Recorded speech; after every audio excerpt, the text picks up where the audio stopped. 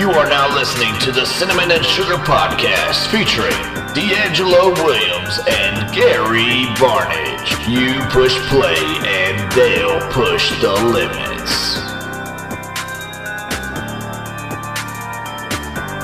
Hey, it's your boy Tom here, and we are back with another episode of the Cinnamon and Sugar Podcast.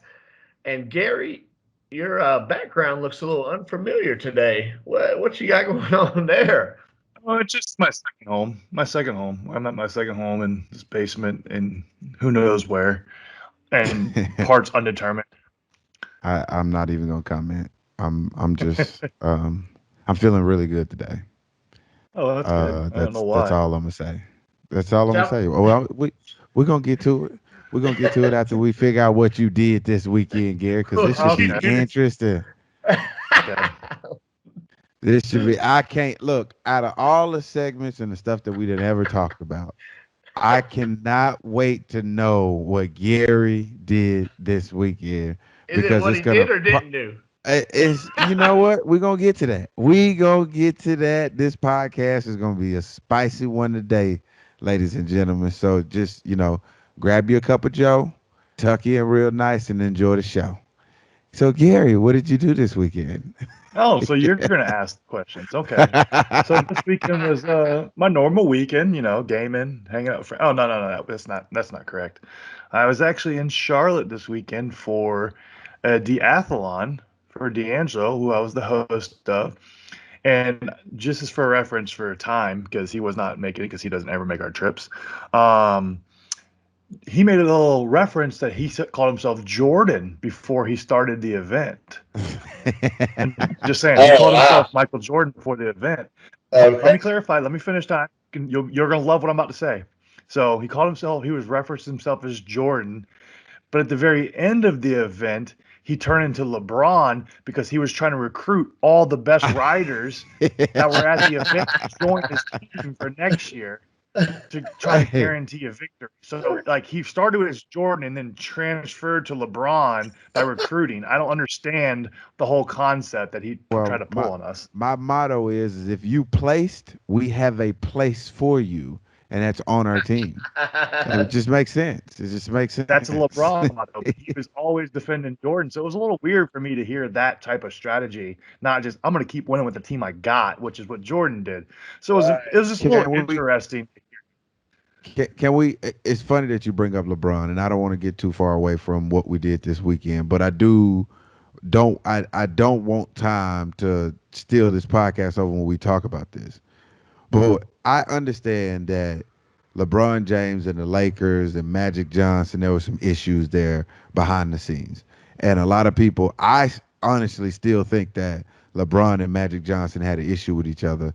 That's why Magic stepped down, because at that particular time with LeBron being a player, he has more power than Magic does right now. So with that being said, I just feel like Magic just separated itself from the issue. Now, the fact that LeBron is running the show in L.A., the guys that he's recruiting, I don't understand how he thinks that he can win a championship with this team. It's not possible. I don't see that it's going to be possible with the team that he's assembled. It's going to be very similar, in my opinion, that he's just assembled the whole DC character universe versus maybe some other teams out there that are way stronger that are Marvel. You see what I'm saying? It just doesn't make sense to me. Why would you go out to such old guys if you want to be better and you're getting older yourself? Because every LeBron fan up until this point, their excuse is that he's getting old or that he's old and he's out of his prime. But now he went and got the same player that he is, the old and out of his prime. He went and got every person out there. Well, I will say, because I know Time's going to bring it up, so I'll beat him to it. People are saying super team, all that stuff. He does have a super team, but it's Russell Westbrook, Anthony Davis. I am never going to add in Carmelo Anthony, Dwight Howard. They're way past their prime. I would never consider them a super team with those guys added. So I think it's more the super team with the big three of Russell Westbrook, who I think was a terrible fit for the team because he's more of a score-first guy, and he's not – and he scores, but you have two other guys that are score first. as well. That should be the score first of the team. Anthony Davis and LeBron should be the scorers. And so where does that leave Russell Westbrook, who's not – he's known for his triple-doubles, but he's also going to score 25 points a game. So I'm not sure where that's going to fit in their scheme, but I know Time will have a few things to say. But is it possible for Russell Westbrook to continue to average his triple-doubles, because that's what he's going to go out there every night, and the Lakers still be good, win championships, and LeBron be happy? Oh, yeah. I don't think so. I think you're going to see what makes LeBron a great basketball player, which is his ability to adapt. Because obviously, like you said, I think what it is, they're going to be able to pick and choose their spots. When you have the ability to have three people that can take over and score, then, you don't have to do it every night. But I don't really want to get into the basketball talk, but I will save this, mark it down in my calendar. So whenever I go back to find it, it'll be easy whenever I'm letting DeAngelo have that crow on the plate, boy. Because speaking about eating crow, about things that have been said on the podcast, I am a little disappointed in you, DeAngelo. Let's talk about this call that I got from Gary, where he said you're trying to back down from your lifting challenge. Oh, and just to clarify, he did back down. He had an excuse why he couldn't do the lifting yesterday. So we do not have that yet. We will have to do that at a later date because he had an excuse that he couldn't do it. So it got pushed off. Just so you know, just for reference. What was his excuse? Because he had to ride a bike?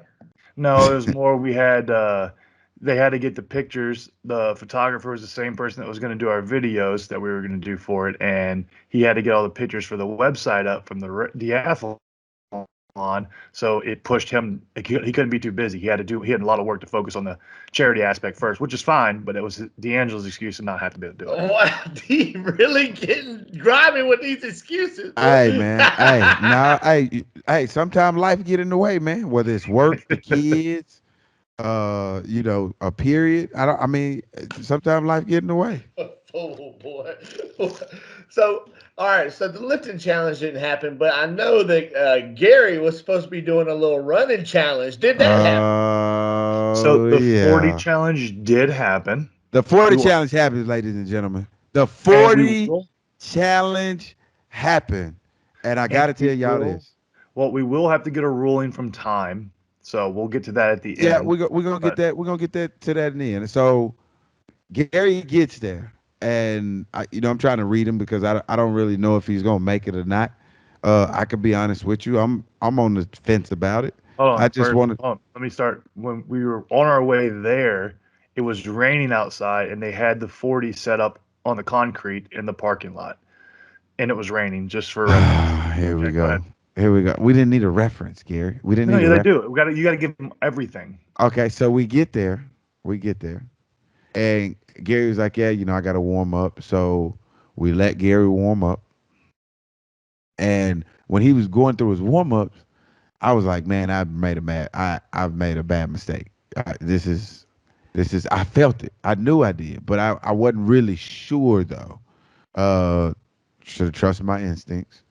But he looked good, warming up, got his stretch on. He even whispered to the guy who warmed him up. It's like, hey, I feel good. Looked explosive as hell. Man, he got on the line, and he decided to go, and I'm going to let him take it away from there. So just so reference, I'm running a 40 now inside when I was supposed to do it outside. I'm doing it in shoes without laces, so they're not tight. I'm doing it on a basically not a track, but like a workout area that is about 45 yards long. So for reference, I have to run a 40 in 45 yards. So I have to stop early. So when you see the film, so we put a whole thing together, you'll see it. And I actually stop about 5 yards short. I have to start to slow down before I run through a wall. So I do not make the time. So with all that going on, I said, I want to redo, which Time we're going to let you make that decision once you see the film.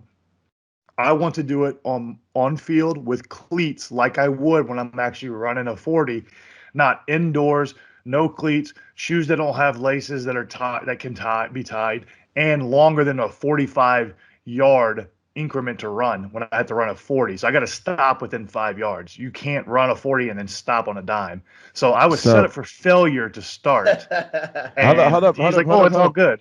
I got to present my case now, Tom. Okay. I got to present my case before you make your ruling, Tom. Okay? Can I present my case? Before approach the bench. Yeah, okay. Counselor. All right. Thank you, Your Honor. I'm glad to, be here. You're looking pretty spiffy today, man. Nice smile, man. I like the suck up. Yeah. Hey, so I told Gary, I said, Gary, you agreed to it. When you line up and you take off, then you've accepted everything that comes with this bet. Do you agree or do you disagree, Your Honor? You don't have to say it. You just keep it to yourself. But you have accepted everything that come with this bet. So if it's a tight quarters and you can't turn it off, then you shouldn't even line up. Don't even try it. Like, hey, man, that's not enough room to slow me down. I don't give a damn if you think you can make it or I can still do it with that because, you think you can overcome it and you couldn't. That has nothing to do with me. When you line up and you take the bet, there's no way you can back out if you're within the bet and it's like, oh, no, I'm not going to be able to stop it. You finish it and be like, hey, this wall was too close. You knew that before you damn took off running, but you did it anyway. That's not my fault. So that's my case. So, Honor, my closing argument, it would go to I'm gonna get called out for not and all this stuff. He's you had a reason you could have done it, and then it's gonna be excuses, and then it's gonna get put off, and it's not gonna get done. I wanted to at least show, okay, I did this against my will. He forced me to do this, and his type of environment, I was not prepared for this. I was not planning to run. I thought we were gonna run it outside because when he mentioned, I have somebody gonna come run you, I'm thinking, hey, we're going to run on the turf like we've done before when we warmed up and trained. I show up at this place, and he wants me to run it on concrete first in a parking lot where it was raining, and then we decided to move it in, and then now I have 45 yards to run a 40. I'm not really sure how that's conducive to me running a 40. I need to be able to stop over a 15, 20-yard span, not just stop on a dime because you can't run a 40 like that. But so that's my closing arguments. It was set up for failure from the beginning. I just want a fair opportunity at this. That's all I'm asking.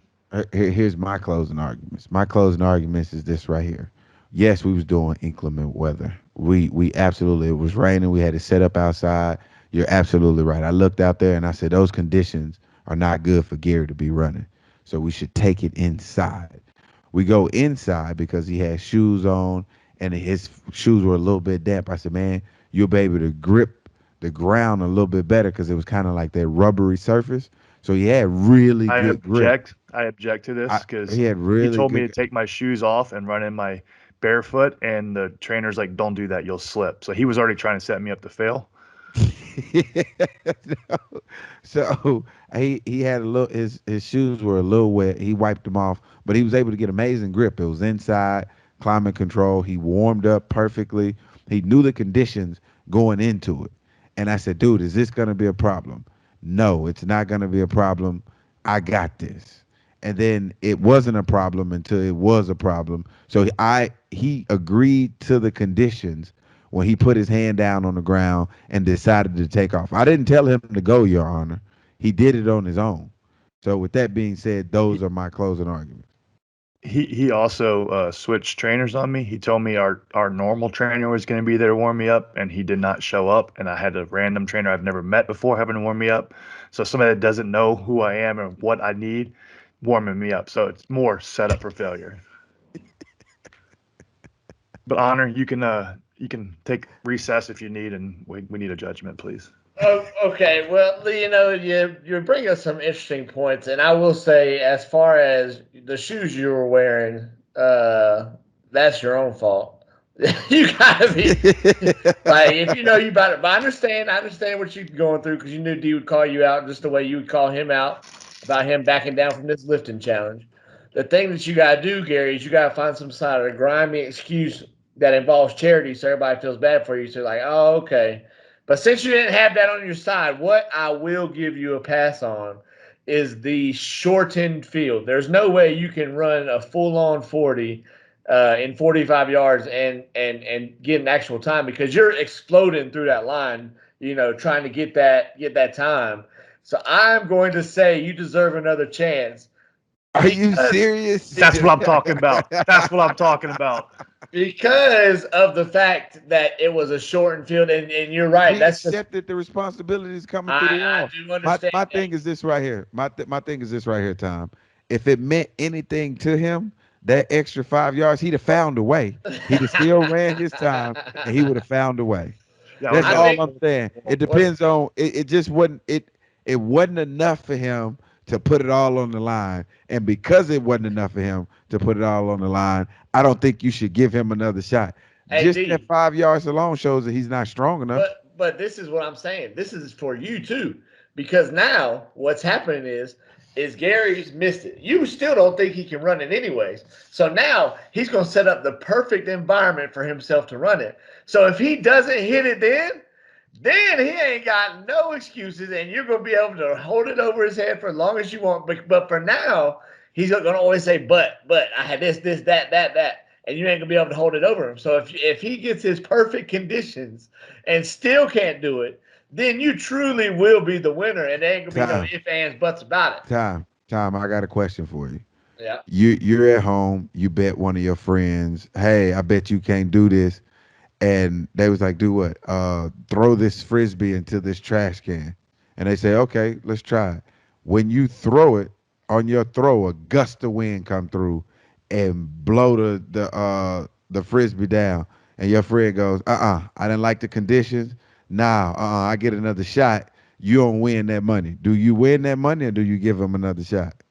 If I don't think they can do it regardless of the win, I'm going to give them another shot because I don't think they can do it. That's not the question I asked. That's not the question that I asked you.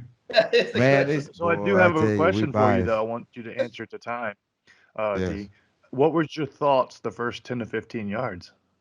Okay, so look, this is the honest truth. When he was warming up, his first 10 to 15 yards are like fast. He was moving the first 10 or 15 yards. I was just like, he come out and I'm like, yep, there go my money. And I look again and I was like, ooh. Oh,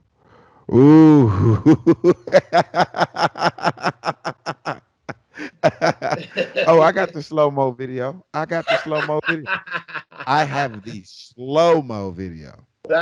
So it's regular mo? Bro. And look, I'm telling y'all, I got all the good stuff too.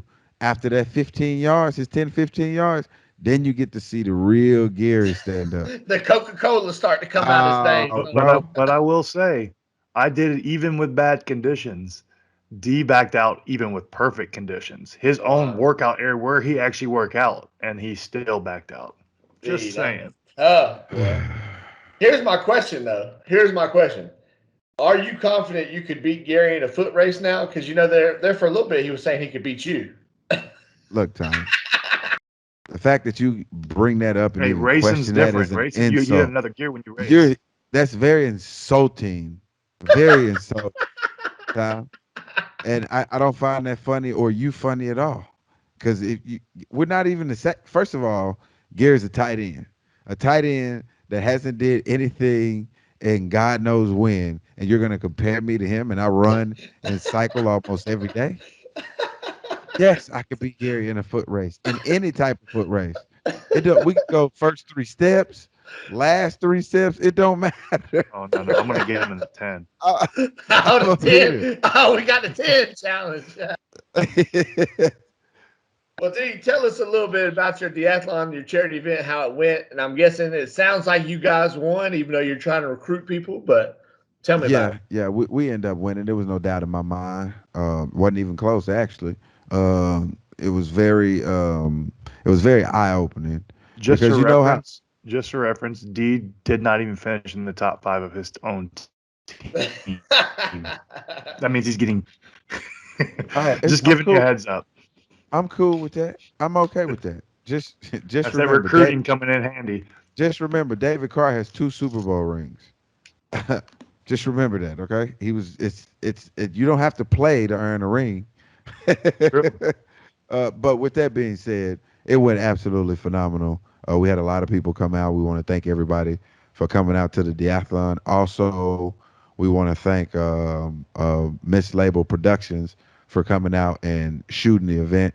If you guys are, looking for any type of editing, pictures, videos, anything like that, Mislabeled Productions is doing a really good job out there, and he's doing it at a reasonable price. So you guys should look him up and give him an opportunity. Engagement photos, weddings, whatever you need, they're doing a good job. But it was an absolutely amazing event. It rained a little bit, so it wasn't as hot when you did the run and the bike. We gave Gary the mic, and he absolutely was Gary. So I was about to say I was interested to see how Gary would be as a host. He didn't like the LeBron joke because Oh, I did get him yeah, on I a didn't. LeBron joke. I He did didn't not like the that. LeBron joke, and then everybody that did this run and this ride and did the questions, which was the fun part of it, hated Gary. Gary asked the hardest questions that anybody All can right. ever ask, and you can Let's ask the ask. people out there today. You can I'm ask going the to people ask out there right today. now the questions, and we're going to see Yes. if Time knows it without even seeing it. Yeah, So without we're even talking seeing about it. movie posters. Movie talking- posters. We're Time. talking about movie posters, ladies and gentlemen. Okay, movie posters. These were the 8 questions on the In 8 the movie movie posters. poster of The Wizard of Oz, what is in the middle of the O? Use multiple choice. Emerald City, a rainbow, flying monkey, or Toto. Time, we need an answer. Sorry. My initial thought is it's a monkey, flying monkey. And that would be incorrect. And that is sponsored by Raya. DeAngelo's daughter threw in the flying monkey. But yeah, I is said flying Toto. monkey too. It makes sense, but it's Toto. The correct answer is I Toto. see it. Yeah. Okay. Yeah. So now the Goonies movie poster. Okay. In the Goonies movie poster, what dots the eye in Goonies? It's like a skull, right? That is correct. I do know that one. Okay. He didn't give you In he the didn't have to give movie you the most of it. poster, in the movie poster, Top Gun. Okay. Oh, this was What tough. color is the star? Blue, red, or yellow? Blue. That is correct. Yeah. Okay. Come on now. In the movie poster of E.T., Okay. how many fingers does E.T. have? 2, 4, or 6? Well, hold on, because I have one of these. I know he's got 1, 2. So it's got to be 4. That is correct. Yes, sir. Okay. $100 bet he missed the Toy Story one. I'm about to do that one now. In Toy $100 bet. Story, All what right. color in Toy Story's movie poster? What color is the wall on the background? Is it blue? Is it green? Or is it white? Is it light blue? It's blue. That is correct. Yeah. So you owe me $100. Thank you. No. Come on now. The Rocky poster. Rocky. Okay. In the movie poster, the Rocky Balboa movie. Uh-huh. Okay. What arm is raised? His right, his left, or both? Left. It is his right arm. Ah, dang it! I knew it was one or the other. I can't remember. But yeah, I All knew right. it was one. Oh. And then we have The hardest one of all. Hardest no, one of all. I don't know if this is the hardest one. This is Ace Ventura one. No. The Mr. Miyagi one. That was Okay. that's the hardest one. In the Karate Kid Part 3 movie poster, Okay. which way is because they see the poster, so they drive by. Yeah, we see the posters. Okay. So which way is Mr. Miyagi facing? Up, down, or left? Left. That is correct. Let's go. Oh, that was All right. In the Ace Ventura one. In the Ace Ventura Pet Detective movie poster, what is behind Ace Ventura on his shoulder? Is it an iguana, a parrot, or a monkey? Parrot. It is a monkey. Nah, I almost said monkey. Monkey So side. he did decent with them. Yeah. With them. Come on now. Yeah, those are the questions. And but that's you're that's doing, going sight unseen. Right. Yeah, You got to see this him, is sucker. yeah, but you ain't in the hurt locker and going 20 plus miles an hour on a bike either. But After see, running these a questions are you're 5K. supposed to get points to help your team, so they got to be somewhat hard. Yeah, Right. yeah, but Right. he changed the perspective of the game, and I like how he did what he I did. like that. So That's fun. yeah, it's different. It's a very genius way of thinking. So we know now that we kind of got an idea. So detail is going to be paid close attention to. But literally everybody at the event was like, Gary, bro, we ran and rode, and we had to take the ACT. I mean, the ACT or the SAT right after. Right. Very Well, tough Uh, course. you and know your just for friend Gary. You knew it was going to be detailed. That's how he well, goes. That's how and he just works. for reference, I didn't make this. DeAngelo made it where you had to get all the question right to get any points. Not one Oh, person got all the question right. No, not one wow. person got all 8 questions right. Not one person. Yeah, that's tough. That's tough. So, but I said he should make it where it's you get a point per question, which I think that's what we're gonna do for next year. Yeah, we're doing a point per question because what I didn't want to do is I didn't want to change how they ask the questions.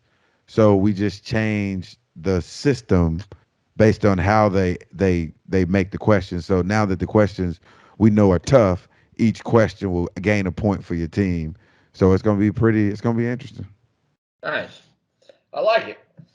Yeah. I like it. So, have you already got next year's date scheduled, or are you waiting on We that? do. I think it's I think she told me August 6th. August 6th. It's 6th the is first Saturday in August every it's year. the first Saturday Okay. in August. So time we expect you there. We'll do a podcast live from there, me Live and you, It podcast. because is August he'll be doing the 6th. It's competition. Me and you can August do it 6th. live.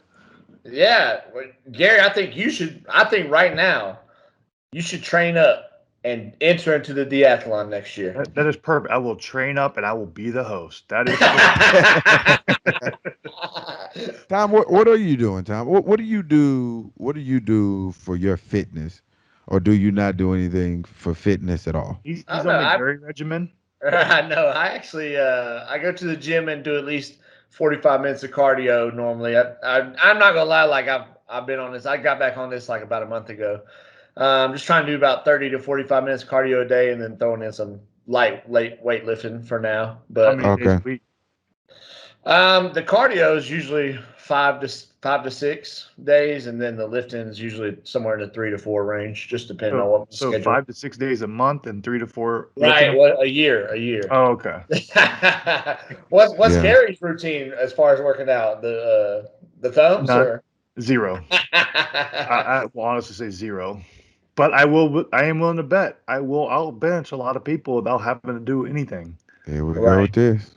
Here we go. Boys, country strong out here. But my That's all thing it is, is. can we also have a basketball goal set up next year? Because I got some people that have been over there talking smack about basketball, and I need Bro, to. Tom, you're I'm just trash, saying. bro. You're trash. I have a basketball hoop in my house. If you ever come to my house, but you never Okay. want to come. You never invite me. I just don't want to sign one of those Well, waivers. you are invited to our fantasy football draft. I don't know if you're showing up, so I haven't heard it.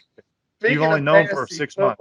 Speaking of fantasy football, what is your fantasy football player to watch this season? Well, I know D doesn't play, so No, I'm gonna say Ben Roethlisberger. Okay, D. I see. that's not correct. I'm gonna tell you why I say it's Ben Roethlisberger. Okay. Just hear me out. Ben Roethlisberger this year has been getting hammered. They don't expect the Steelers to do anything. I know Ben personally, and I've seen the work that he puts in day in and day out, and he likes a challenge. That's how Ben comes out. That's what's keeping his drive. Like they're trying to say that Ben Roethlisberger is like Lil Wayne. He just stayed way too long and kind of outstayed his welcome that he should be on his way out or should have been fired a long time ago. So there's a lot to play for. His fantasy value, based on the what he's going to produce, is going to be absolutely phenomenal. I'm not saying that he's going to be phenomenal because he's going to be phenomenal. He's going to be phenomenal because of where you're going to get him in the draft is what's going to make him phenomenal because nobody's fighting over him or arguing over him, and he has all the drive and will to win this year than anybody else in the NFL. I'm gonna tell you who's ranked too high is Tom Brady. Everybody's happy and excited about him and has him ranked high, but I don't think he's gonna do better than Ben Roethlisberger this year. But that's just my take. Yeah, I don't. Tom Brady has to fall off at some point, right? I mean, Right. the age thing. But no, Gary, we need to hear who yours is, mostly just so I know who to target in the draft. Yeah. So I always like to pick a young guy, like a rookie that I think could impact the team, just because they're usually they're middle of the round guys, and then they can produce tremendously. And actually, one of the guys that I like, I think, is the Steelers guy, Najee Harris. James Conner wasn't what they wanted, and I know Pittsburgh, they love to run the ball, and that will actually help Big Ben too. So I think Najee Harris could be a really good pickup. I think he could be, and then I'm also interested in what they're going to do with Travis Etienne in Jacksonville, because I don't think they're going to have a high power offense. I know James Robinson showed a lot last year rushing, but I know Etienne can do everything. So I'm interested how they're going to do with them. But honestly, my pick right now would be Najee Harris. Okay, mine is going to be a shout out to a Carolina boy, Michael Carter, playing for the Jets. That team is just going to be atrocious, but I really think that that's going to give him a lot of opportunity to run the ball. And you'll never see it. You'll never see it. Those teams that are not good very rarely make it on TV in the NFL, so we'll never see it. We'll just have to hear about it. Well, I'll also give another shout out for a Memphis boy. I know it's hard for me to do, but I think Darrell Henderson got a chance to show out this year for the Rams because Cam Akers got hurt. Achilles, he's out for the year. He's the next guy up, and he hasn't given a true shot to play. And I think the Rams are going to need that guy who can run, and Henderson's the next guy up. So I'm expecting big things from him and Antonio Gibson. I really think Gibson could have a big year this year. Washington, yeah. The best running back to ever come out of Memphis, Antonio Gibson. And so I had a question for you guys that came out of what I was doing this weekend. So first of all, I need to ask: Do either of you label yourselves as someone that has road rage? No. I would say everybody has a little bit of road rage, but like nothing Gary, crazy. Like, you might something I don't know about. No, I'm saying going on here, man. You might cuss or get frustrated with somebody, but you like not to the road rage where you're gonna like. I don't honk my horn at anybody, but I might cuss somebody out if they do something. Like, what are you doing? Like confused, more of a confusion because they don't know what they're doing. They're driving, more frustration aspect than actual road rage, I would say.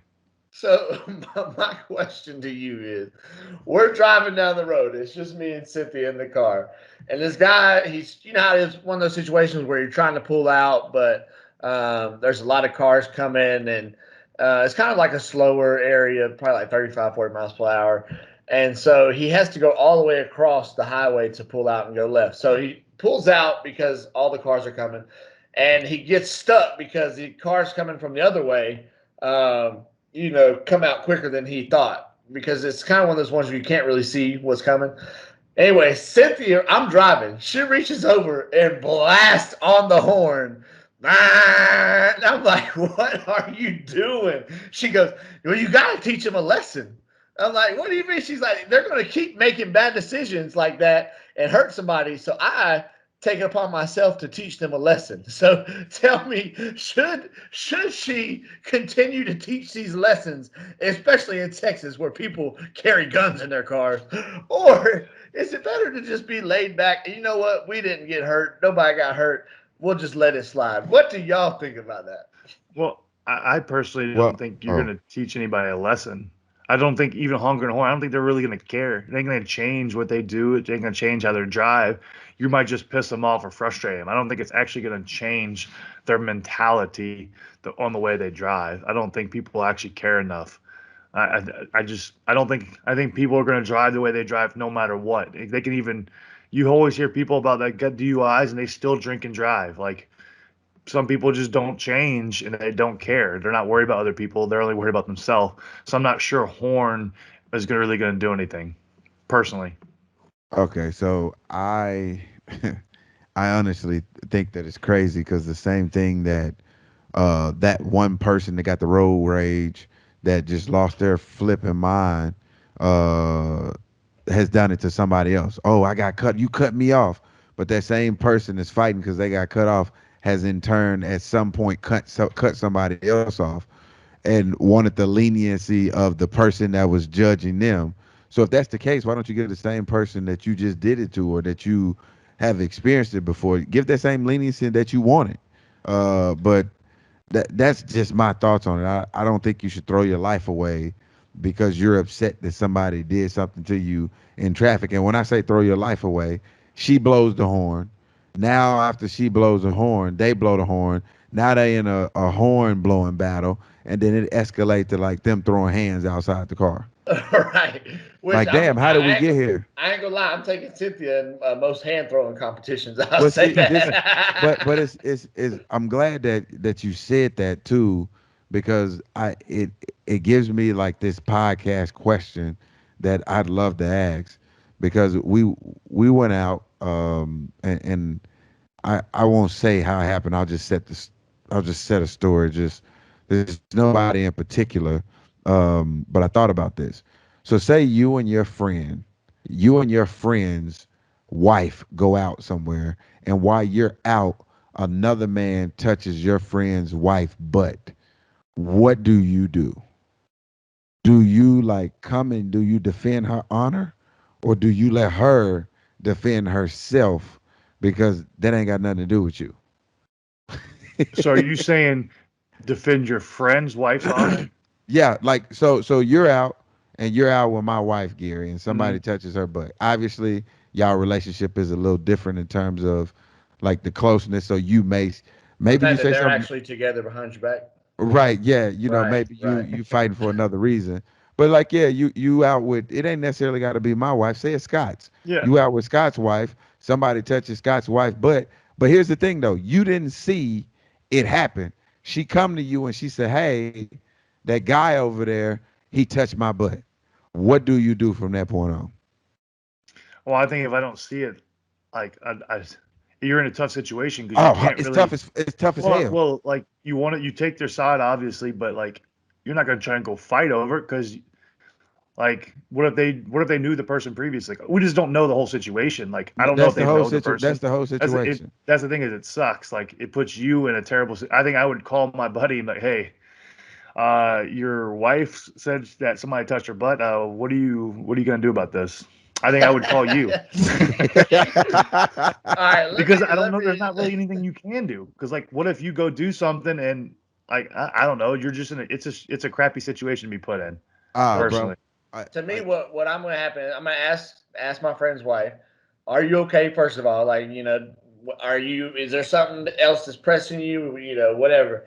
And then if she says she's okay, we'll leave it alone. But if she feels like that man needs to be spoken to, exactly. I'll walk over there like, hey, I don't know, what the situation is, why you felt like you have the right to touch this lady's butt, but I actually happen to know her husband very well, and that's not gonna roll. And then he can either accept that and be done and apologize for what he did, or we can take it to the office and we can escalate it.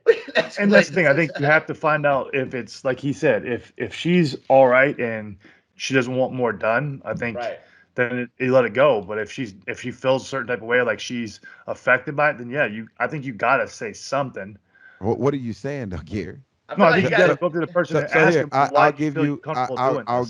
I'll give you what happened to me, because this happened to me. I've been trying to get my friend and his wife to come out and ride with me for a very long time. And the wife never would come out, or because she was always busy and stuff like that. Well, this particular night, they was like, "Oh, I was able to get a babysitter." I'm like, "Oh, okay, cool." So one of them showed up and the other one didn't, because the babysitter ended up backing out. But because the wife decided, like, "Hey, I'm gonna go," the wife came by herself. So we're out for a bike ride. We're obviously riding in different groups, but we're doing the same route. She gets back and she goes, "It was a guy that touched my butt. We stopped at a stoplight. This guy touched my butt and got a feel of me." And I told him off. She was like, "It was so gross." And I was like, "Well, what guy was it?" And as I say that, this guy comes around the corner on this bike. She said, "There he is right there. That's the guy that touched my butt." And then they look at me and I go, "Whoa, hold up. Whoa, whoa, whoa, whoa. Y'all looking at me like this is where I come in, and I was like, look, I don't know what I'm doing here. So I understand that you said that this guy touched your butt. Like, are you okay? Because I don't know what this guy got. I don't know if he has a gun, if he has a knife, I mean, I don't know if I was like, hey, did you, so I was asking questions like this. I was like, so you sure he touched your butt? It wasn't like he was riding too close and actually like nudged you, or because I want to make sure when I say I'm right. You don't want to be wrong and be like, oh man, it was an accident. Oh man, no harm, no foul. My bad, dog. Like, you see what I'm saying? So it's a hard situation to be in as a friend. So then she called her husband. Then he called me and he goes, bro, you just I was like, bro, I didn't know what you wanted me to do. I don't know what you want. I don't. I the dude obviously he wasn't scared. He was riding by, so he had to have had something. And even then, if he didn't, if we fight, I don't even know what I'm fighting for.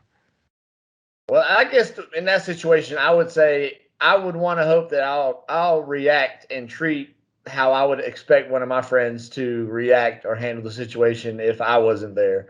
So, I mean, I don't think, obviously you got a family, and so you're not trying to escalate something that could obviously cause your family harm because you were trying to protect them. But it's like at a certain point, you do But want here's the to. thing, though, and this is why I feel bad about it, because if it was me and that was my wife, I would want my friend to do something. Right. That's what I'm saying. But Yeah. but because it's me, I'm like, well, so it's a different perspective from both sides, because I'm just like, dude, I could put myself in harm's way. We could fight. I could take a assault charge, or battery, or potentially get shot. And it was, over, a brush up against her butt. So that's why I was asking so many questions. I was like, you sure?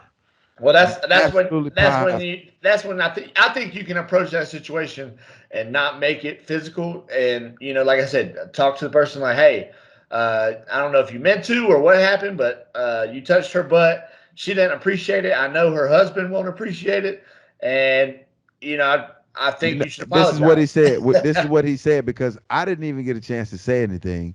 It was another woman that was there, and she said the thing. She was like, "Oh, you think you big and bad that you touched her butt? You know that you offended, not offended her, but you assaulted her, and she didn't like you touching her." And he was like, "Yeah," and like kept riding his bike. Uh, So I don't Well, know I if would it say was like something in your wrong with him. situation. I don't know if it Well, I was would something say, wrong with him. I don't know. go ahead. But you put yourself in that situation, and I was just like, damn, this is a tough situation. Well, like I think like Time said, like you have to gauge the situation. If she's affected by it, then you go at least talk to the person, find out why they felt it was all right to do that type of stuff. And then, like with your example, you're out a ride, so you're with other people you know. Well, you can go up there as a group. You don't have to go up there by yourself and be like, hey, why did you feel it was all right to touch this? These are the people that we're riding with. Why do you feel you have the right to do this? And then now you're not just by yourself. You have multiple people, and then he's going to have to respond to it. You don't have to fight him, but like that way you can, hey, then you have people there with you. You don't have to do it by yourself because you ride in a closed grip group. So you all know each other and stuff like that. So you don't have to do it by yourself in that situation. Can And I? usually Can if I? you're going out with somebody, you're going to have other people with you too. So you don't ever have to usually go by yourself. So look, I'm gonna give you from one perspective. I'm gonna give you from my perspective.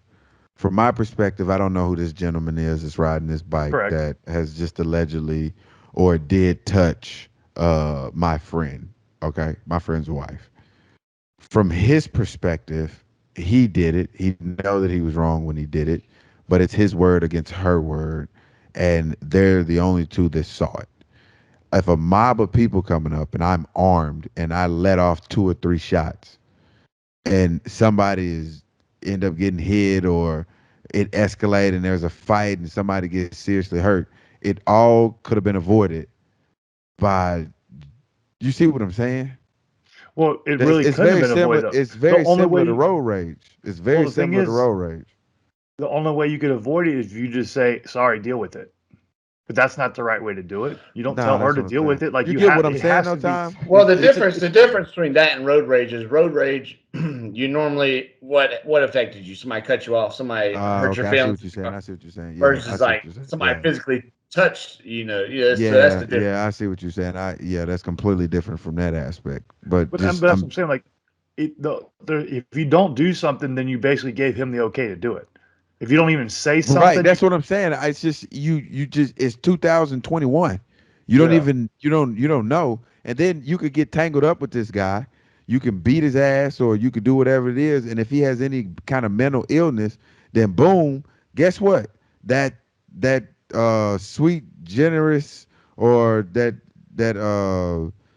generous move that you made to protect and honor your friend just really fell on deaf ears now because there was something wrong with the kid. yeah. But the thing is, you don't know that, and Oh, that I know I don't know that, but should when the news have to come know out, that. when the news Yeah, come who out cares? though, But the yeah, thing is, news doesn't care about the actual story. They're just trying to get clicks. That's the thing is, I think other people wouldn't understand. Some people are going to understand, some people aren't. That people are just stupid. That's just how it is. Like people are stupid in our world. They believe everything that's told to them. And I right, think like when it comes to that kind of stuff, like nobody's going to know. Like, especially if the person did it, you don't know if they did. You don't know if they're a certain type of way or something like that. But like if you don't at least say something, you're giving it as an okay. right, and And I and think that's with why I think you have to say something.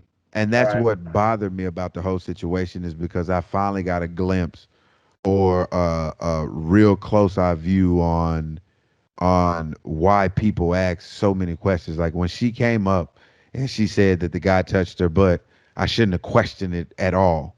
The fact that I questioned it is the is what upsets me is that I questioned it because I didn't want to then in turn put myself in a situation. So I'm dealing with it and making excuses on he probably didn't touch her. He probably like rolled Well, by and I would say elbow grazed her. You come up with all type of excuses to keep the which conflict down. no, which I understand your line of thought at that point, just Right. because you're writing. You said she doesn't get to ride very much. Sometimes, Right. like you've told me in writing, Right. sometimes Yeah. you do bump, you do hit each Yeah. other by accident and stuff like that.